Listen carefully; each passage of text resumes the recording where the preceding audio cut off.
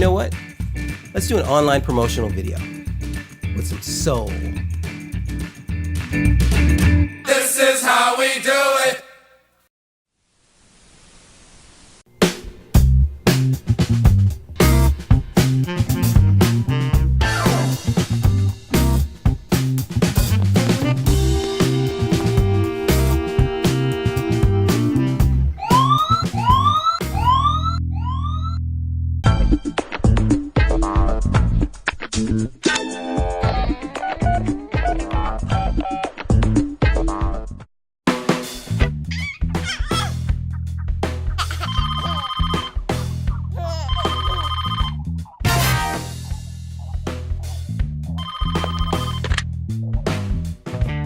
What's shaking?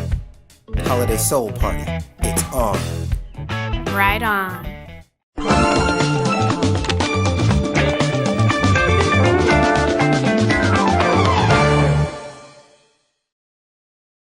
Welcome to Pull My Focus Adventures in the World of Digital Filmmaking, where we bring you the great tips for digital filmmaking. And today, what you just saw was a thing we shot like in 2016, and it was an online video promotion for a holiday soul party that myself, DJ Spuds, and my good buddy DJ Jill Kai.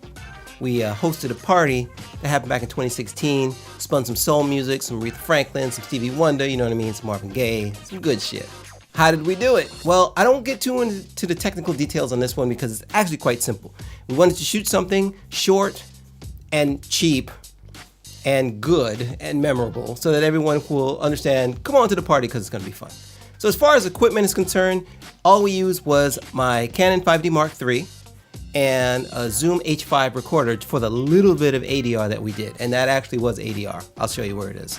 The other thing is it's kind of a period piece because we wanted to be in character. We wanted to be these soul, like DJ superheroes where I'm at my place taking care of the family and you know, ironing clothes, and Jill's at her place doing the same thing. And then the call comes in, and then we have to go and DJ this party and save everyone's lives. I don't know. It's fun.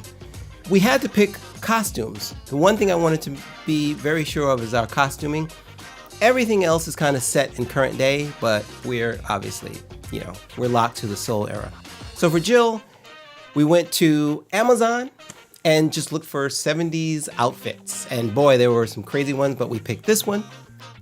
If you look really close, you might recognize a little bit of it from a video that we just did, which means hold on to all your props because they could come in handy in another sketch. Now, as far as my outfit is concerned, we went to my closet because those are actually my clothes. Yes. For the style of the video, I wanted to go for the old blaxploitation films of the 70s.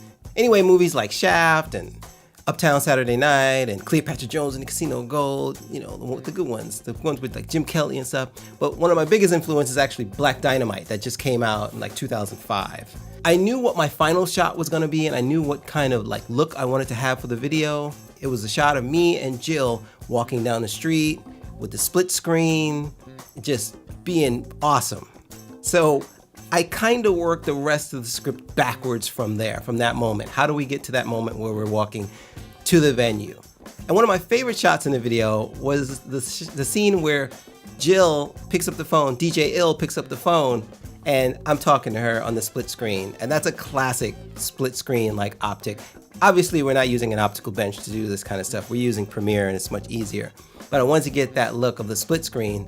So the split screen shot was completely stolen from the shot where Black Dynamite gets a phone call and he gets a little annoyed. Black Dynamite? It's your Aunt Billy. Now, Aunt Billy, how many times I told you not to call here and interrupt my kung fu? I told you not to interrupt my kung fu. Now the video is pretty straightforward, right? Now there's a few post-production shots. There's some green screen shots, actually some screen replacement shots. So when we shot the laptop, we didn't actually have the venue's dates and anything set. So we just basically shot the laptop with a green screen on it. And we put that stuff in post later. I'll tell you a little bit about that in just a minute. But we also had some extra gags that we thought would go. And it's funny, you have to kill your darlings sometimes in this video world. you'll go in with ideas that you have that sound great on paper and that sound great, and when you actually shoot them, maybe they were okay, but when you get to the edit, you realize, no, they have to go. They're not, it slows the pace down. So it was a nice accident. It was a happy accident to have DJ Ill feeding her kid and then walking over to the phone with the spoon still in her hand.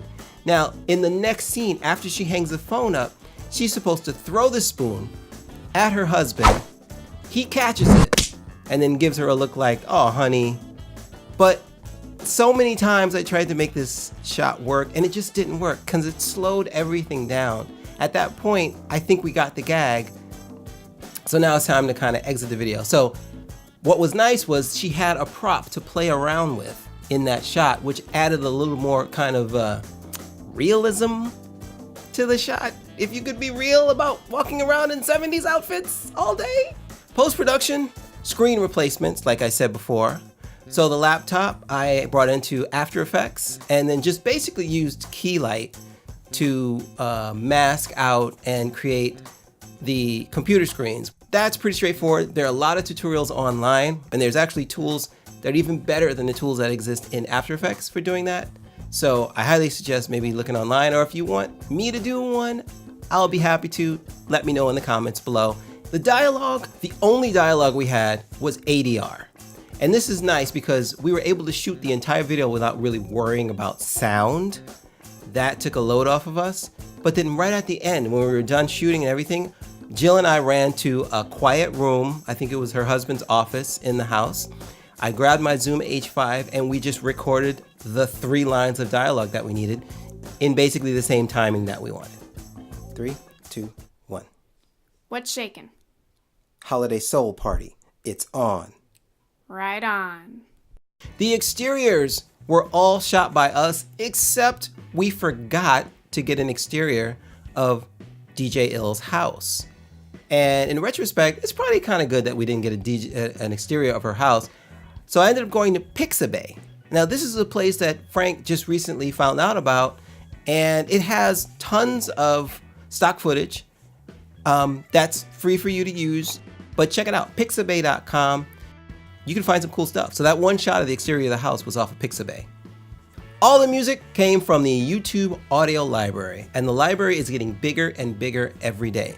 They seem to keep adding things to it. In fact, they just added the feature where you can play and pause and scrub through the music, which was totally needed, because before you can only press play and then wait 6 minutes to hear that one part in the song that you wanted. Nope, they have a scrubber. It's totally cool. I did not edit the video to music from the YouTube audio library. I actually edited the video to Stevie Wonder and Barry White and Isaac Hayes because I needed the feel of the video to work. Okay, so I had a feel that I was going for, and I like to use temp music even if I have no way of using it. There was no way in hell I was going to be able to use any of Stevie Wonder's music or any of Barry White's music. I knew that. And sometimes it's a drawback because you get married to a certain kind of music, you love it to death, but you have to let it go. So I edited the whole video to actual soul music, but then I had to go back and replace it with music that sounded kind of the same. So you might occasionally see me not dancing on beat. That's not because I don't dance on beat. That's just... Now the end titles were totally ripped off from Quentin Tarantino's Jackie Brown movie poster, a movie that I totally love, and it's also an homage to blaxploitation movies from the 1970s. All I did was I went online and I typed Jackie Brown font, and I found the font that pretty much matched it. I changed the lettering a little bit, but if you're looking for fonts like this, you can check out 1001fonts.com, and they have a movie section, a section where you can go and find fonts that are similar to fonts from your favorite movies. Now, some of them are for personal use and some of them are for commercial use. So you need to take care and make sure that you're not using it for the wrong purpose, but it's a cool resource. So check it out, 1001fonts.com. We don't work for them and they don't work for us. So just letting you know. In the end, came up with a really nice way to end the video with Soul Party, and then some of the scribble text down at the bottom. I'll end off by saying I did use some LUTs. So I use Red Giant Magic Bullet suite, and I used Looks, which allowed me to go in and change the look and add some Cosmo and add some film grain. And check out Red Giant Universe, actually, because they have a terrific package. I'm always saying, go to Red Giant, check out some of their neat packages for your Premiere and After Effects projects. Things that I learned from even doing a small project like this. You can learn a lot. Number one, costumes and those details are important. So we got away lucky because we only had to costume Jill and myself, and everything else was pretty much natural daylight, or we used very little light inside the house. Hold on to your props. We found an old antique telephone, which was terrific. We've used it over and over. It just works. Kill your babies. One big thing about editing is that even if you shot it and you're editing it, you kind of know that wonderful shot that you have to use. If it doesn't work in the edit, don't use it. You got to learn to kill your babies. You got to learn that the end result is more important than all the pieces that go around it. Sometimes you got to lose the cool stuff. Put it in the commentary later. Use as many references from places as you can. So I used Black Dynamite. I used Jackie Brown. I used Shaft. I used Coffee. I used all those movies so I can get the feel of, what I was going for. We're all constantly influenced by outside sources. So grab the outside forces, make it your own, and then show something new to it. Add a spin to it. Add something cool to it. And the use of temporary music in your edits, okay, it's good for me. I love doing it. Some people don't like doing it. Some editors don't agree. They say, don't use temp music because you're editing to something different. For me, I need the feel of whatever it is. So if I'm gonna do a swashbuckling adventure, I'm gonna go find some music from one of those movies. I actually edited some stuff to Indiana Jones music once, and then had to substitute in something else. But the feel of the edit was worth the journey to find the music that matched what I was doing. Or you could just be rich and go call John Williams up and say, hey, gimme. So that's it for our online promo video with soul. Check out pullmyfocus.tv for all our other articles and videos. And as they say, stay righteous, delightous, and out of sightous.